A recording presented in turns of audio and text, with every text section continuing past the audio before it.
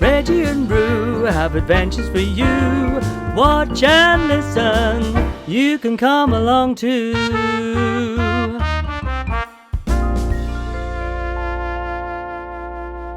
Morning, Roo. Today we're going to make some special, really healthy biscuits. Here's all the things that we need. We have a big bowl with a spoon, a couple of cups, sesame seeds, chia seeds, pumpkin seeds, flax seeds, and some special cheese. And over here there's some baking paper and a tray to pop it in the oven. First of all, you need to ask your mummy or daddy or somebody who's helping you to turn on the oven. 200 degrees. And we'll just let that heat up while we make our special biscuits. First we pop in half a cup of flax seeds. Boop. So I've popped in a quarter of a cup of sesame seeds, chia seeds, and pumpkin seeds. Now I'm going to do half a cup of the special cheese. Half a cup of cheese. Boop. In it goes. A little bit of salt and pepper. Pepper. Salt. And then half a cup of water. And then we take our spoon and we mix it all together so it's all mixed up until we end up with something that looks like this, all mixed up. So I've popped our mixture onto some baking paper, then I put another piece of paper on top. I'm going to get a rolling pin and I'm going to flatten it all out so I give it a nice little roll. And it keeps sliding away. Look at this, Roo. We're turning it into a biscuit. Do you want to have a roll, Roo? That's it. Give it a good hard push. There we go. Very good. Once it's nice and flat, we'll transfer it onto our tray.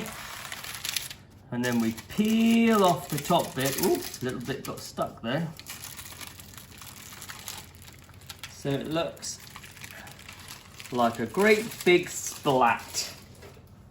And we take a little knife, so you might need help with this bit, and you just run it all the way down so you're turning it into the shape of little biscuits. And all the way this way as well. So when they come out of the oven, we can break them up into small pieces. And we take the tray, get someone to help you with this bit, 'cause it's a bit tricky and it's very hot. And you pop it in the oven, and we're going to leave it there for 20 minutes until it's cooked. Oh, they're ready. Turn off the alarm. Now you must get someone to help you with this bit, 'cause it's really hot. Out they come. Ooh, look at those, all crispy. Now we'll leave them to cool down before we break them up. Right then, Roo, the biscuits are ready for breaking up. So we find the little snap corners and we snap them up and break them into tiny little biscuits. And then tomorrow we'll have plenty to eat. There you go, Roo. Now we've got a biscuit with a tiny little bit of cheese on it. Well, maybe a fairly big bit. Yum, yum. Eat up. Hello again. Here we are for story time. This time we've got Stan with us as well, with Roo and Reg, who's sitting still for probably about 3 seconds and then he'll disappear. So here we are, chapter 3 of A Little Princess. This chapter's called... Ooh, there he goes. This chapter's called Ermengarde. Not that we'll be able to hear it if Reg doesn't be quiet. Go on then, out you go.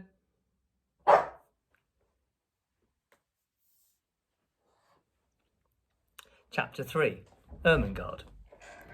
On that first morning, when Sarah sat at Miss Minchin's side, aware that the whole schoolroom was devoting itself to observing her, she had noticed very soon one little girl about her own age, who looked very hard at her with a pair of light, rather dull blue eyes.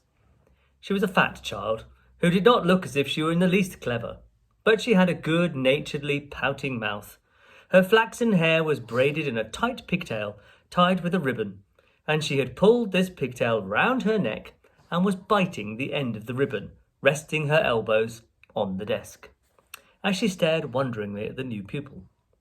When Monsieur Defarge began to speak to Sarah, she looked a little frightened, and when Sarah stepped forward and, looking at him with the innocent, appealing eyes, answered him without any warning in French, the fat little girl gave a startled jump, and grew quite red in her awed amazement. Having wept hopeless tears for weeks in her efforts to remember that la mère meant the mother and le père the father, when one spoke sensible English, it was almost too much for her suddenly to find herself listening to a child her own age who seemed not only quite familiar with these words, but apparently knew any number of them, and lots of others, and could mix them up with verbs as if they were mere trifles. She stared so hard and bit the ribbon on her pigtail so fast that she attracted the attention of Miss Minchin, who, feeling extremely cross at the moment, immediately pounced upon her. "Miss St. John," she exclaimed severely, "what do you mean by such conduct? Remove your elbows. Take your ribbon out of your mouth. Sit up at once." Upon which Miss St. John gave another jump, and when Lavinia and Jessie tittered, she became redder than ever. So red, indeed, that she almost looked as if tears were coming into her poor, dull, childish eyes. And Sarah saw her and was so sorry for her that she began rather to like her and want to be her friend. It was a way of hers always to want to spring into any fray in which someone was made uncomfortable or unhappy. If Sarah had been a boy and lived a few centuries ago, her father used to say, she would have gone about the country with her sword drawn, rescuing and defending everyone in distress. She always wanted to fight when she sees people in trouble. So she took rather a fancy to fat, slow little Miss John, and kept glancing toward her through the morning. She saw that lessons were no easy matter to her, and that there was no danger of her ever being spoiled by being treated as a show pupil. Her French lesson was a pathetic thing. Her pronunciation made even Monsieur Defarge smile in spite of himself, and Lavinia and Jessie and the more fortunate girls either giggled or looked at her in wondering disdain. But Sarah did not laugh. She tried to look as if she did not hear when Miss St. John called le bon pain Li Bong Pang. She had a fine, hot little temper of her own, and it made her feel rather savage when she heard the titters and saw the poor, stupid, distressed child's face. "It isn't funny, really," she said between her teeth, as she bent over her book. "They ought not to laugh." When lessons were over, and the pupils gathered together in groups to talk, Sarah looked for Miss St. John, and finding her bundled rather disconsolately at the window seat, she walked over to her and spoke. She only said the kind of thing little girls always say to each other by way of beginning an acquaintance, but there was something friendly about Sarah, and people always felt it. "What is your name?" she said. To explain Miss St. John's amazement, one must recall that a new pupil is, for a short time, a somewhat uncertain thing. And of this new pupil the entire school had talked the night before until it fell asleep quite exhausted by the excitement and contradictory stories. A new pupil with a carriage and a pony and a maid and a voyage from India to discuss was not an ordinary acquaintance. "My name's Ermengarde St. John," she answered. "Mine is Sarah Crewe," said Sarah. "Yours is very pretty. It sounds like a storybook." "Oh, do you like it?" fluttered Ermengarde. I like yours." Miss St. John's chief trouble in life was that she had a clever father. Sometimes this seemed to her a dreadful calamity. If you have a father who knows everything, who speaks 7 or 8 languages, and has thousands of volumes which he has apparently learned by heart, he frequently expects you to be familiar with the contents of your lesson books, at least. And it is not improbable that he will feel you ought to be able to remember a few incidents of history and to write a French exercise. Ermengarde was a severe trial to Mr. St. John. He could not understand how a child of his could be a notably and unmistakably dull creature who never shone in anything. Good heavens, he said more than once as he stared at her. There are times when I think she is as stupid as her Aunt Eliza.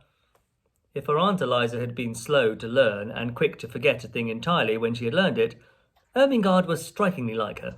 She was the monumental dunce of the school, and it could not be denied. She must be made to learn, her father said to Miss Minchin, but he said it in Miss Minchin's voice because I got that wrong. Consequently, Ermengarde spent the greater part of her life in disgrace or in tears. She learned things and forgot them, or she remembered them, she did not understand them. So it was natural that, having made Sarah's acquaintance, she should sit and stare at her with profound admiration. You can speak French, can't you? She said respectfully. Sarah got on the window seat, which was a big, deep one, and tucking up her feet, sat with her hands clasped around her knees. I can speak it because I've heard it all my life, she answered. You could speak it if you had always heard it. Oh, no, I couldn't, said Ermengarde. I never could speak it. Why? Inquired Sarah curiously. Ermengarde shook her head so that the pigtail wobbled. You heard me just now. I'm always like that. I can't say the words. They're so queer. She paused a moment, and then added with a touch of awe in her voice, You are clever, aren't you? Sarah looked out of the window into the dingy square, where the sparrows were hopping and twittering on the wet iron railings and the sooty branches of the trees. She reflected a few moments. She had heard it said very often that she was clever, and she wondered if she was, and if she was, how it had happened. I don't know, she said. I can't tell. Then, seeing a mournful look on the round, chubby face, she gave a little laugh and changed the subject. Would you like to see Emily? She inquired. Who is Emily? Ermengarde asked, just as Miss Minchin had done. Come up to my room and see, said Sarah, holding out her hand. They jumped down from the window seat together and went upstairs.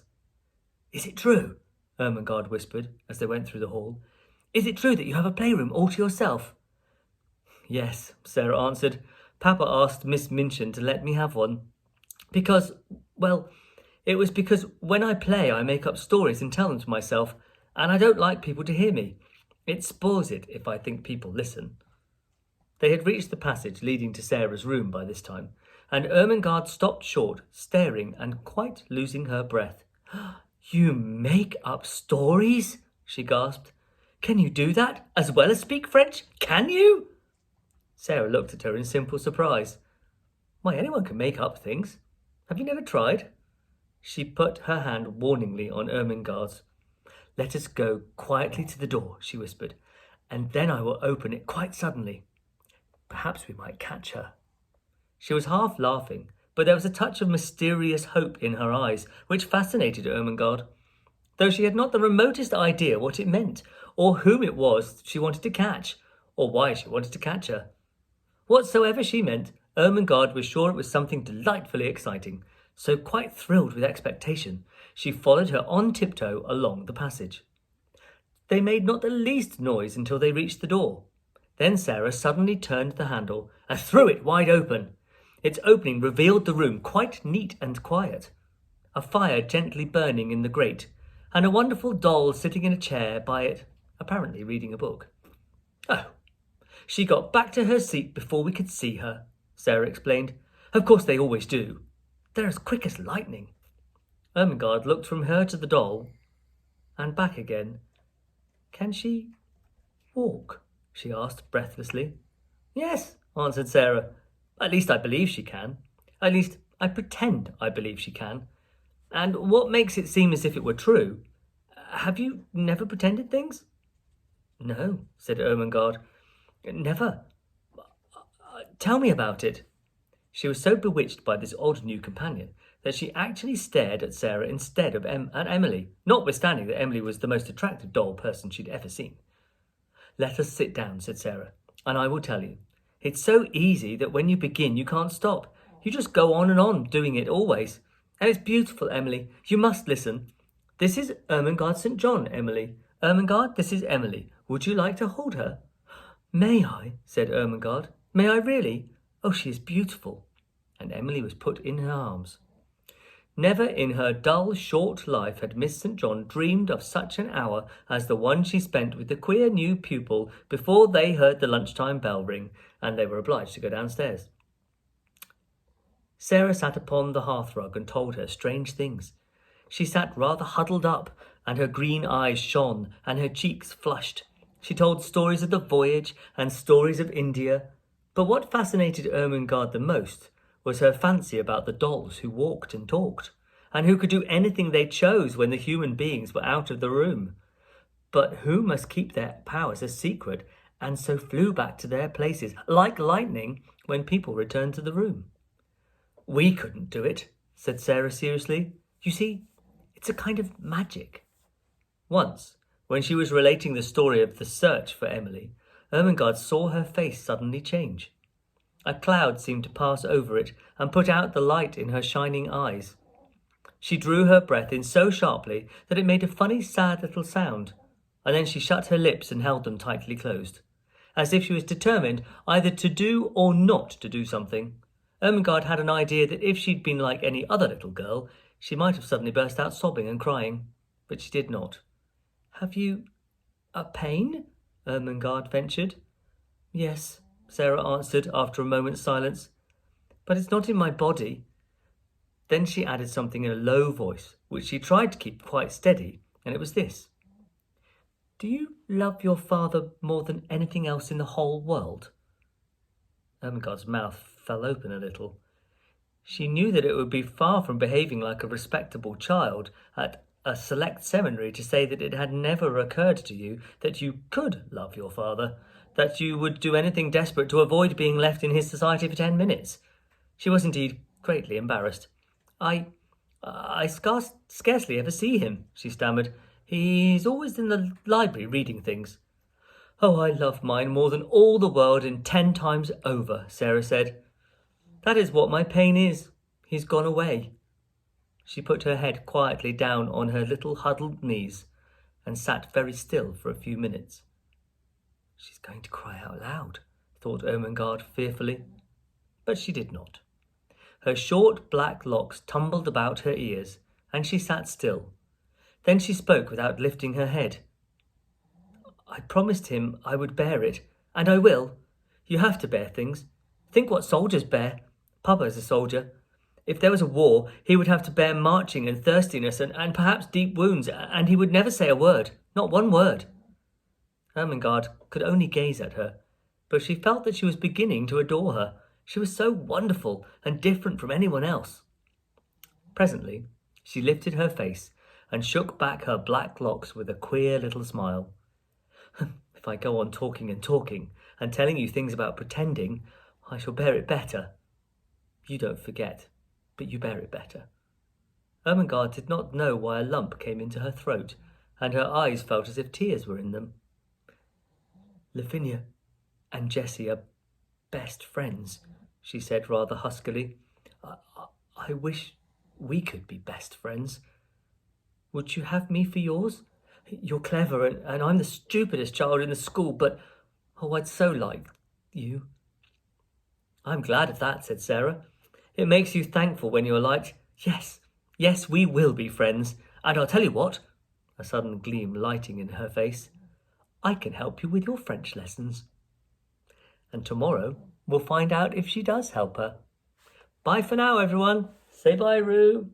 Say bye, Stan. Reggie's gone to sleep again. Bye, everyone. Reggie and Roo have adventures for you. Watch and listen. You can come along too.